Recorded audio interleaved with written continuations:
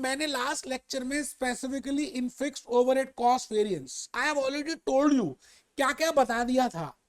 मैं एक बार हल्का सा 1 मिनट लगा कर रिवीजन करा रहा हूं। मैंने आपको बताया था कि what is the meaning of fixed overhead cost. Rent is a fixed overhead, salary to a permanent staff is a fixed overhead. आपको वो देना ही पड़ेगा irrespective of any production, irrespective of machine चले या ना चले, आप कुछ बनाओ या ना बनाओ, रेंट देना पड़ेगा। ऐसा थोड़ी है कि लैंडलॉर्ड को आप कहेंगे जी आपने कम बनाया है तो आप रेंट कम ले लीजिए, और कल ज्यादा बनाया तो आप ज्यादा ले लीजिए। No, it remain fix, it remain constant, it is non changeable item. Similarly there are huge examples of fix overhead cost variances. मैंने तो खाली रेंट से आपको लॉजिकली एक माइंड की क्लैरिटी बताई। जैसे in case of variable overheads, मैंने कहा भाई आप बैक ऑफ द माइंड में पावर का बिल का अज्यूम करो कि पावर बिल है, you know, and then you will be better understanding that what I mean by variable overheads. Similarly here in case of fixed overheads, मैं कहता हूं कि आपके बैक ऑफ द माइंड में रेंट होना चाहिए। तो रेंट से आपको क्लैरिटी, जब भी मैं बोलूं फिक्स्ड ओवरहेड आपके माइंड में रेंट आ जाए, ठीक है ना, कि बजटेड रेंट कितना था, बजटेड प्रोडक्शन कितनी थी। अच्छा, फिर मैंने आपको लास्ट लेक्चर में ये बताया था कि हम फिक्स्ड ओवरहेड कॉस्ट वेरिएंसेस में हम फिक्स्ड ओवरहेड्स को एब्जॉर्ब करते हैं। हम एक यूनिट का या एक घंटे का रेट कैलकुलेट करते हैं और वो जो रेट हमारे पास आया उसको चार्ज करते हैं उस पर्टिकुलर प्रोडक्ट में।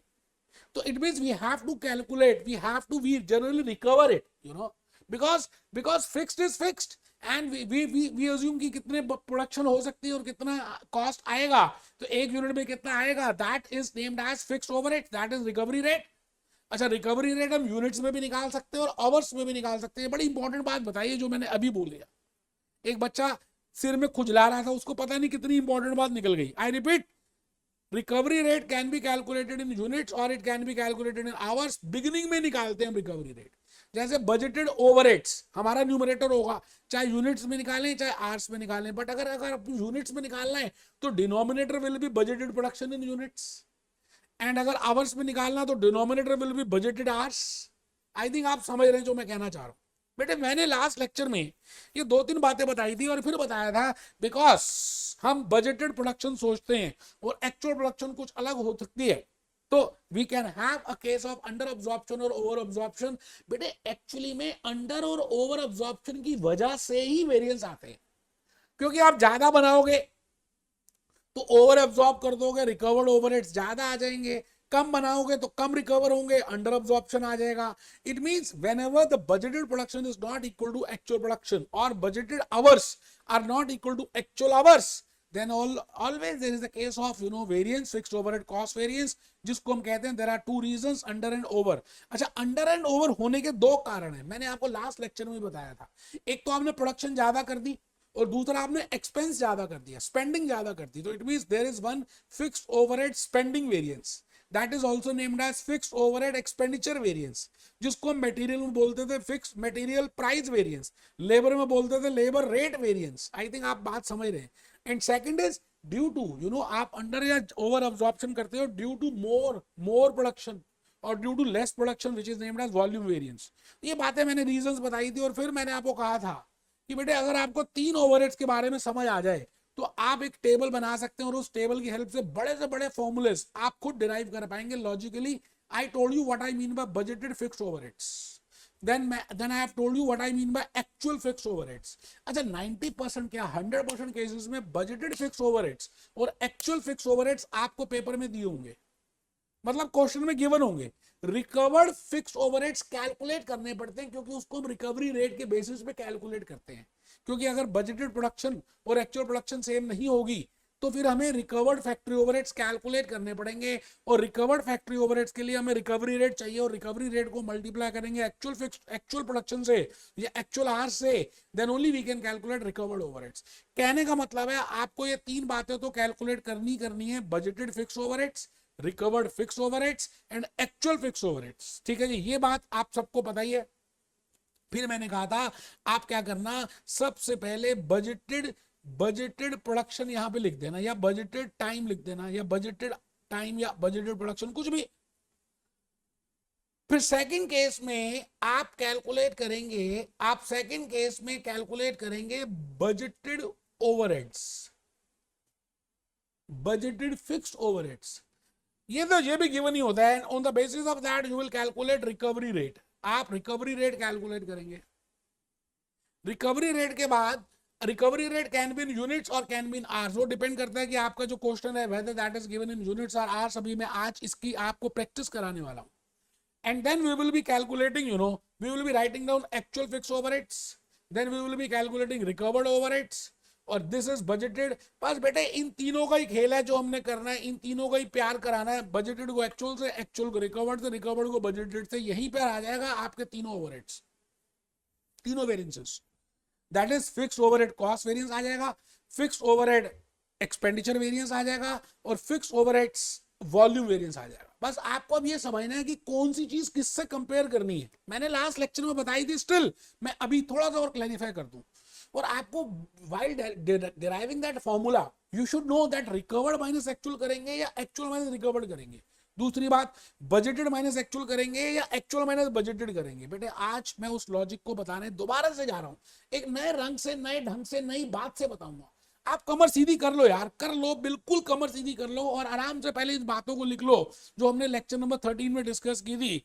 फिक्स्ड ओवरहेड कॉस्ट वेरिएंसेस में I have discussed what is the meaning and what are the examples of fixed overhead cost variance, what is the recovery rate, what is under absorption, over absorption of fixed overheads, what are the reasons for that. There are two reasons for that, and then I told you that you should be aware of these terms, what I mean by budgeted fixed overheads, actual fixed overheads and recovered fixed overheads. और last में आपको एक चित्र बनाने को बोला था, और उस चित्र से, उस फ्लो चार्ट से बड़े से बड़े काम हो जाएंगे। मैं भूपेश आनंद आज के इस लेक्चर नंबर 14 में कुछ नया नहीं बता रहा, बस थोड़ा सा ये बताना है, एक केस स्टडी कराऊंगा, कुछ प्रैक्टिस करेंगे क्वेश्चंस की, जो भी तक कंसेप्ट सीखा है हमने लेक्चर 13 में, और एक रिकवरी रेट की बातें करनी है कि भाई रिकवरी रेट जो है, जो रिकवरी रेट है ना, it can be calculated in units as well as in hours, and it depends upon the question, yeah, that whether it is given to be in units or hours. So recovery rate, absorption rate per unit basis and per hour basis. We can calculate in per unit basis and per hour basis. Per unit basis में numerator upon denominator. अच्छा, कभी भी recovery rate निकालना हो या कुछ भी rate ही निकालना हो, आप क्लास 11 से सीखते आ रहे हैं कि हम न्यूमरेटर को डिनोमिनेटर से भाग करते हैं। इन द लास्ट लेक्चर 13 मैंने आपको रिकवरी रेट इन यूनिट्स बताया था, और मैंने आपको कहा था कि आप इस तरह से करना, budgeted fixed overheads upon budgeted production in units, then I can calculate recovery rate per unit, but we have already seen in the last lecture. तो आज दोबारा से क्यों कर रहा हूं बेटे, मैं आज के लेक्चर में आपको ये दिखाना चाहता हूं, ये इंपॉर्टेंस बताना चाहता हूं that recovery rate can also be calculated in hours. तो अगर आवर्स होंगे तो कैसे करेंगे, बजटेड फिक्स्ड ओवरहेड्स अपन बजटेड आवर्स, आप चेक कर लीजिए, रिकवरी रेट आ जाएगा पर आवर का, और फिर हम देख लेंगे एक्चुअल कितने, उसके बेसिस पे कर लेंगे। आप आराम से पहले टेबल में लिखें, अपने पेज में लिखें यार, रिकवरी रेट को इसी तरह से डिवाइड करो, अपने पेज को दो पार्ट्स में डिवाइड करो।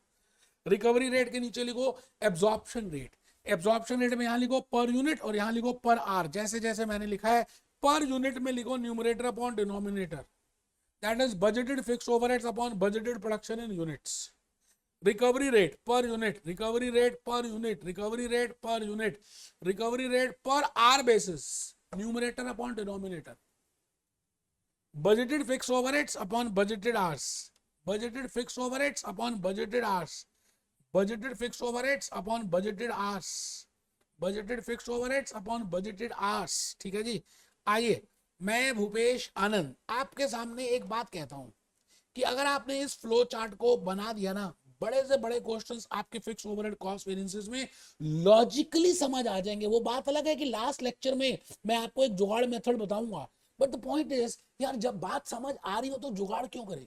मैंने कहा जी, फर्स्ट पॉइंट में अगर आपको बजटेड टाइम आवर्स नहीं है, यूनिट्स नहीं है तो बजटेड प्रोडक्शन यूनिट्स लिखेंगे, आवर्स नहीं है तो बजटेड आवर्स लिखेंगे। ठीक है जी। Second is budgeted fixed overheads लिखेंगे। अच्छा, फिर 1 डिवाइडेड 2 डिवाइडेड बाय 1 कर देंगे तो रिकवरी रेट आ जाएगा, and this recovery rate will be per hour. मुश्किल है ही नहीं। उसके बाद हम आ जाएंगे थर्ड पॉइंट में, एक्चुअल फिक्स्ड ओवरहेड्स क्वेश्चन में गिवन होंगे, and recovered fixed overheads we can calculate with the help of standard hours. I think you are all aware of standard hours. It means that much number of hours for actual production, कि actual जो production करी थी उसके basis में कितने unit कितने घंटे काम करना चाहिए था, 10 बार बता दिया स्टैंडर्ड आवर्स. तो standard hours into recovery rate करेंगे तो हमारे पास रिकवर्ड फैक्ट्री ओवरहेड्स आ जाएंगे. And then we will compare budgeted with actual, actual with recovered and recovered with budgeted. अब समझना जरूरी है जो मैं अब कहने जा रहा हूं. नो द पॉइंट इज आपको अब ये चेक करना है कि क्या आप रिकवर्ड माइनस बजटेड करेंगे या रिकवर्ड माइनस एक्चुअल करेंगे या बजटेड माइनस रिकवर्ड करेंगे, एक्चुअल माइनस रिकवर्ड करेंगे. बेटा इसके लिए लॉजिकली सुनना, आने वाले 2 मिनट आपके लिए बड़े प्रीशियस है. मैं अब आपसे ये कहना चाहता हूं कि आप मुझे बताइए, ध्यान से बताना, कि आपको क्या लगता है एक्चुअल ओवरहेड्स ज्यादा होने चाहिए, क्या वो अच्छी बात है या वो गंदी बात है? मतलब आई रिपीट, एक्चुअल ओवरहेड्स का ज्यादा होना अच्छी बात है या कम होना अच्छी बात है? बड़ी सिंपल सी बात है बेटे, एक्चुअल ओवरहेड्स आप खर्चा कर रहे हैं बट नेचुरल है खर्चा कम होना अच्छी बात है, ज्यादा होना क्यों अच्छी बात होगी? इसका मतलब आप हमेशा फॉर्मूला इस तरह से डिराइव करेंगे कि आपको एक्चुअल बाद में लिखना पड़े, क्योंकि एक्चुअल का ज्यादा होना, अगर एक्चुअल ज्यादा हुए तो ऑटोमेटिकली आंसर माइनस में आएगा और इट विल बी एडवर्स, और अगर एक्चुअल कम हुए तो ऑटोमेटिकली आंसर प्लस में आएगा, it will be favourable. It mean something minus actual करने वाले हैं. ये बात तो हमें समझ आ गई. आज के बाद हम कभी भी कोई भी फॉर्मूला फिक्स्ड ओवरहेड्स में डिराइव करें जहां पे एक्चुअल भी आ रहा है तो बेटे समथिंग माइनस एक्चुअल करेंगे. I will not do actual minus something, because my objective is, मुझे मालूम है एज अ मैनेजमेंट अकाउंटेंट कि एक्चुअल फिक्स्ड ओवरहेड्स का कम होना अच्छी बात है, इसलिए मैं इसको माइनस, इसलिए मैं इसको वहां पर लिखूंगा. आप समझ गए? दूसरी बात, अब आपसे मैं पूछूं, अगर if I want to compare recovered and budgeted, है ना, रिकवर्ड एंड बजटेड. अब मैंने कहा किसी भी चीज को एक्चुअल से कंपेयर करेंगे तो हम माइनस समथिंग माइनस एक्चुअल करेंगे. It means if I want to compare budgeted with actual while calculating expenditure variance, तो मैं करूंगा budgeted overheads minus actual overheads. ठीक है, ये बात तो समझ आ गई. अब मैं ये कहता हूं अगर कहीं पे रिकवर्ड होंगे, है ना, तो रिकवर्ड माइनस समथिंग करेंगे या समथिंग माइनस रिकवर्ड करेंगे? बेटे एक बात ध्यान से सुनना, रिकवर्ड का मतलब क्या है कि आपने एक्चुअली में कितने यूनिट्स प्रोड्यूस किए. अगर अच्छा ज्यादा किए होंगे, लॉजिकली सोचो, अगर ज्यादा यूनिट्स प्रोड्यूस किए होंगे तो रिकवर्ड ओवरहेड ज्यादा आएंगे. अच्छा अगर रिकवर्ड ओवरहेड ज्यादा आएंगे तो अच्छी बात है गंदी बात है? अच्छी बात है. आपने प्रोडक्शन ज्यादा की है, रिकवर्ड ज्यादा आ रहे हैं, तो रिकवर्ड ओवरहेड अच्छी बात है ज्यादा होना. इट मींस आप हमेशा जब भी कुछ दो चीजें कंपेयर करनी है और उसमें रिकवर्ड भी है तो पहले रिकवर्ड लिखोगे, बाद में दूसरी चीज लिखोगे. बेटे बड़े प्यारे से लॉजिक हैं, जुगाड़ हैं जो मैंने आपको भी बताए हैं. फॉर एग्जाम्पल मुझे कंपेयर करना है क्या, मुझे कंपेयर करना है कॉस्ट वेरिएंस. सबसे पहले मुझे कॉस्ट वेरिएंस निकालना है, तो मैं क्या कंपेयर कर रहा हूं, मैं कंपेयर कर रहा हूं रिकवर्ड. मैं एसी बंद कर दूं थोड़ा सा,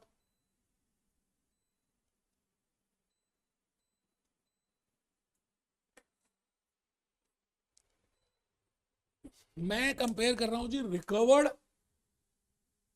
और एक्चुअल को.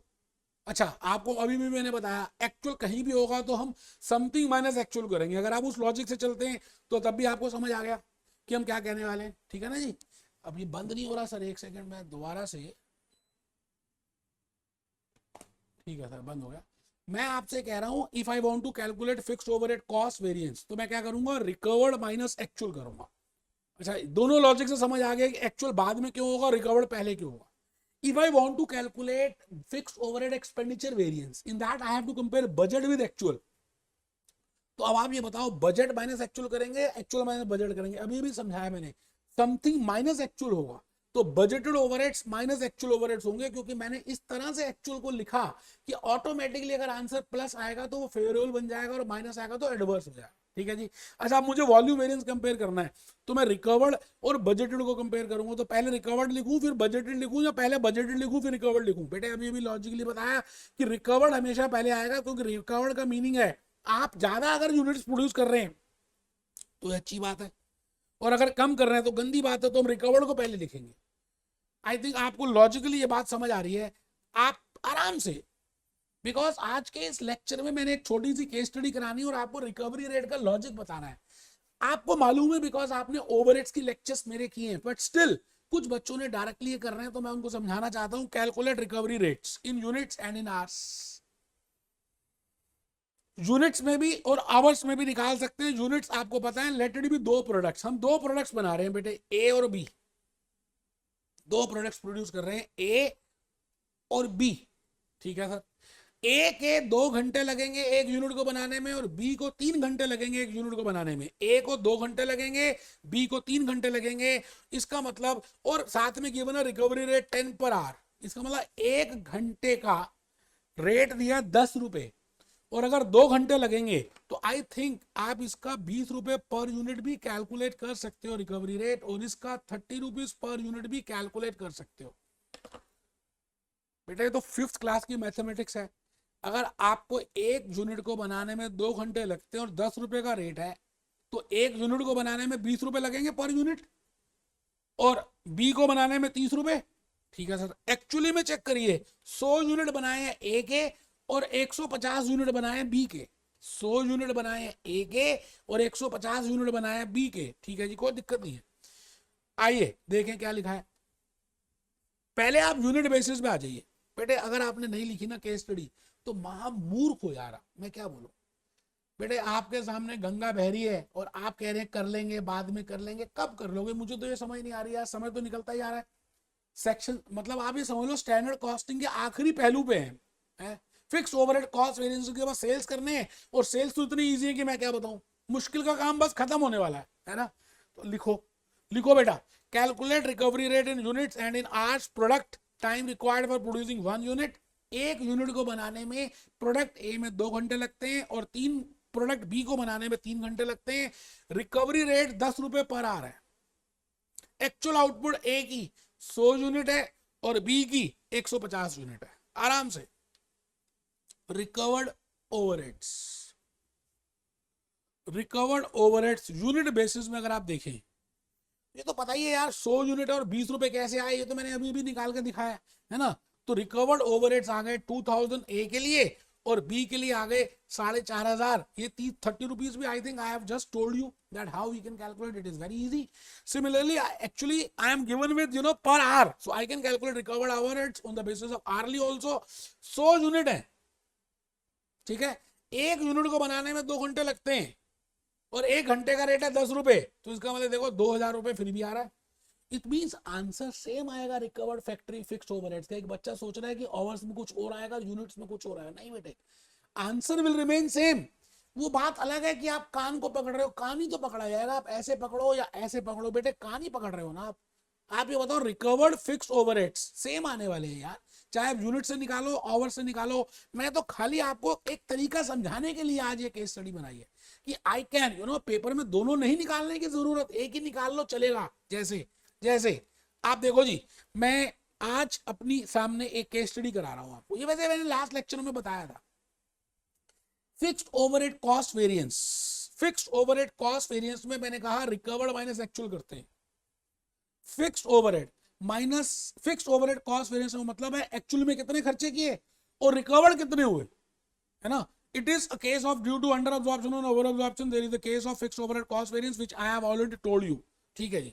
Now it has 2 branches. It can be due to more expending or more. It can be due to fixed overhead spending variance or fixed overhead expenditure variance or budget variance. Which is in this we will be comparing. हम क्या क्या compare करेंगे, हम compare करेंगे, हम यहाँ पर compare करेंगे बजटेड माइनस एक्चुअल। और ये ज्यादा प्रोडक्शन या कम प्रोडक्शन की वजह से भी हो सकते हैं, because there are 2 reasons for fixed overhead cost variance. One is due to production and second is due to more खर्चा। आपने खर्चा ज्यादा कर दिया, अच्छा खर्चा ज्यादा कर दिया या कम कर दिया, वो बेटे फिक्स्ड ओवरहेड एक्सपेंडिचर वेरिएंस में आएगा।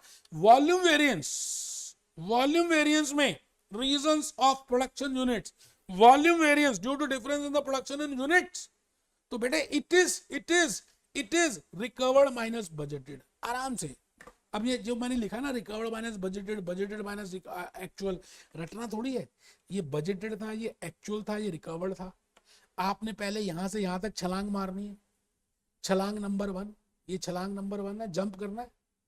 फिर यहां से लेके यहां तक छलांग मारनी है, दिस इज छलांग number 2, jump number 2, and then you have to do छलांग from here to here, this is छलांग नंबर 3। आपने 3 छलांग मारनी और आपके सामने 3 वेरिएंसेस आ जाएंगे। भूपेश आनंद आपके सामने उस लॉजिक को लेके आ रहा है बेटे। अब अगली क्लास लेक्चर 15 में मैं ये बताऊंगा कि वॉल्यूम वेरिएंस के होने के पीछे भी 2 कारण हैं। जैसे हम बात करते थे material quantity variance is due to material mix variance and material yield variance. Similarly मैंने बताया था labour time variance is due to labour efficiency variance and labour mix variance.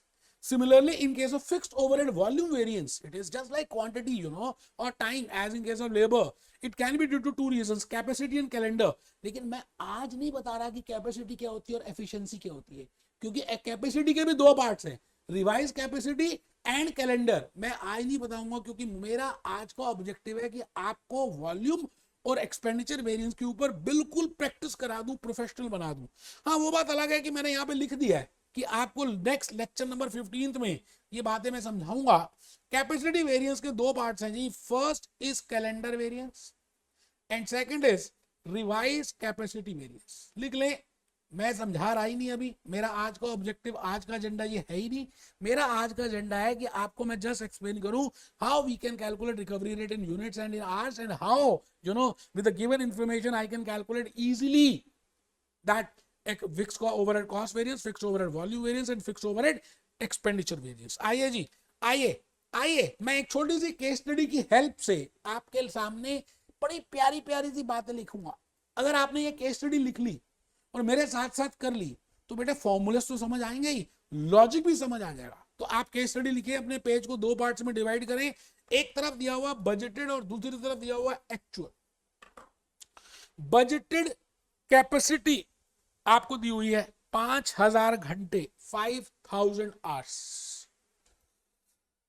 Recovery rate ₹10 per hour, 1 घंटे का 10 रुपए का rate दिया हुआ है।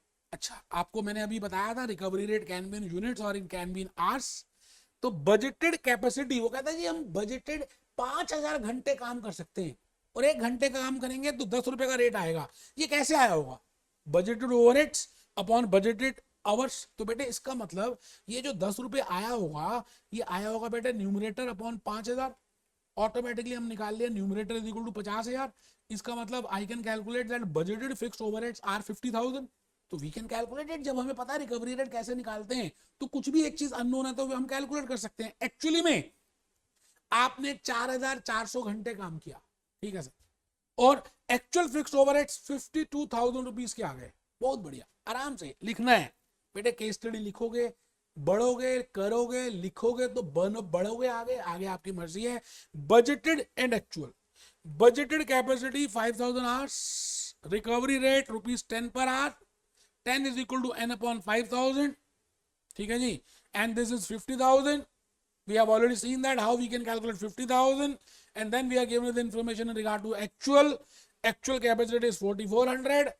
Actual fixed overheads are 52,000. आपको निकालना क्या है? फिक्स्ड ओवरहेड कॉस्ट वेरिएंस निकालना है, फिक्स्ड ओवरहेड वॉल्यूम वेरिएंस निकालना है, फिक्स्ड ओवरहेड एक्सपेंडिचर और स्पेंडिंग वेरिएंस निकालना है। मैंने कहा आज के बाद आपको कुछ भी निकालना हो, सबसे पहला काम आपको वर्किंग नोट 1 बनाना चाहिए, और उस वर्किंग नोट नंबर 1 में you have to firstly calculate budgeted hours,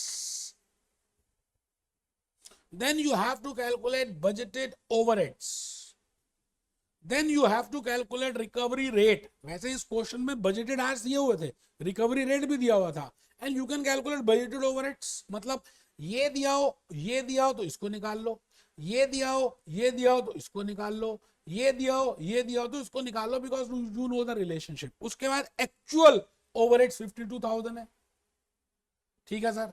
recovered overheads अभी देख लेते हैं। स्टैंडर्ड आवर्स का मतलब है how many hours are required for actual production. तो यहां पर स्टैंडर्ड आवर्स है बेटे 4400, क्योंकि प्रोडक्शन तो दी नहीं हुई, तो मैं ले रहा हूं एक्चुअल आवर्स को स्टैंडर्ड आवर्स। तो 4400 आ गया आपके पास सामने स्टैंडर्ड आवर्स। अच्छा, जैसे मैंने ये लिखा तो रिकवर्ड ओवरहेड्स आ गए, this into this is equal to this. अब क्या करना है? अब कोई मुश्किल है ही नहीं, आपने एक्चुअल को रिकवर्ड के साथ कंपेयर करना है, और फिर आपने बजट को एक्चुअल के साथ कंपेयर करना है, और फिर आपने बजटेड को रिकवर्ड के साथ कंपेयर करना है, आपके सामने आंसर आ जाएगा बेटे, कुछ मुश्किल है नहीं, मैं फॉर्मूलाज लिख के दूंगा। तो सबसे पहले ऊपर लिखिए fixed overhead cost variance. Fixed overhead cost variance का मतलब है recovered fixed overheads minus actual fixed overheads, ठीक है जी। तो यहां पर आ जाएगा recovery rate into standard hours, लिखना नहीं है फिर भी फॉर्मूलेस बता रहा हूं, ठीक है जी। Actual rate into actual hours, लो सर। तो रिकवर्ड फिक्स्ड ओवरहेड्स, आप तो उसी फ्लो चार्ट से चलिए, recovered fixed overheads minus actual fixed overheads. तो 44,000 रिकवर्ड है क्योंकि हमने निकाले 10 into 4400 and minus 52,000 already given to me, it means 58,000 is adverse. अब मुझे समझ आ गया कि एडवर्स दो रीजन से हुआ होगा, one is due to volume and second is due to expenditure. And भी हो सकता है और भी हो सकता है, दोनों की वजह से भी हो सकता है, एक की वजह से भी हो सकता है। तो फिक्स्ड ओवरहेड स्पेंडिंग और एक्सपेंडिचर वेरिएंस, दो reasons, cost variance can be due to spending as well as to volume. तो मैंने पहले लिखा फिक्स्ड ओवरहेड स्पेंडिंग वेरिएंस और expenditure variance, that is budgeted overheads minus actual. अब आपको समझ आ चुका है कि एक्चुअल बाद में क्यों लिखते हैं, वो मैंने लॉजिक अभी बताया था। तो मैंने लिखा जी, मैंने लिखा फिक्स्ड ओवरहेड्स स्पेंडिंग वेरिएंस में लिखा budgeted minus actual. Budgeted 50,000, actual 52,000। इसका मतलब ये जो 8,000 रुपए का डिफरेंस आया, 2,000 rupees is due to spending variance, it is due to expenditure variance, ठीक है सर, बहुत बढ़िया। And fixed overhead volume variance, volume इसका मतलब नंबर ऑफ यूनिट्स ऊपर नीचे हुआ तब भी तो अंडर अब्जॉर्प्शन ओवर अब्जॉर्प्शन होगी, और एक्सपेंडिचर ज्यादा करा, अच्छा एक्सपेंडिचर की वजह से 2,000 है, इसका मतलब वॉल्यूम की वजह से 6,000 होना चाहिए क्योंकि टोटल 8,000 है। वैसे आपको पता ही है वॉल्यूम वेरिएंस कैसे निकालते हैं, रिकवर्ड माइनस बजटेड। तो रिकवर्ड माइनस बजटेड में क्या करते हैं, standard rate into standard time, इसमें करते हैं standard rate into budgeted time. 44,000 minus 50,000, ये आ गई जी 6,000 एडवर्स। वो बात अलग है कि आप लिख रहे हैं नहीं लिख रहे, आप समझने की कोशिश कर रहे हैं नहीं कर रहे। मैंने अपनी पूरी जान लगा दी आपको कि logically I should tell you that why I am doing recovered minus actual, why I am doing budgeted minus actual. बेटे जब तक मेरी अंदर की कामना थी कि मैं आपको समझाऊं, बताऊं, लॉजिकली कराऊं, छोड़ना छोड़ दीजिए। बेवकूफ लोग होंगे जो इतना समझाने के बाद भी अगर नहीं समझते और फिर छोड़ने की बात करते हैं। तो बेटे आपकी लाइफ है, आपके पास एग्जामिनेशन फीस है, आपको जैसे करना कीजिए। मैं लेक्चर 15 में आपको वॉल्यूम वेरिएंस की डिटेल्ड एनालिसिस कराने वाला हूं कि उसका सब पार्ट्स हैं, कैपेसिटी एंड एफिशिएंसी। और कैपेसिटी के भी दो पार्ट्स हैं, calendar and revise capacity. Next lecture में करेंगे। Be happy, be jolly, be cheerful.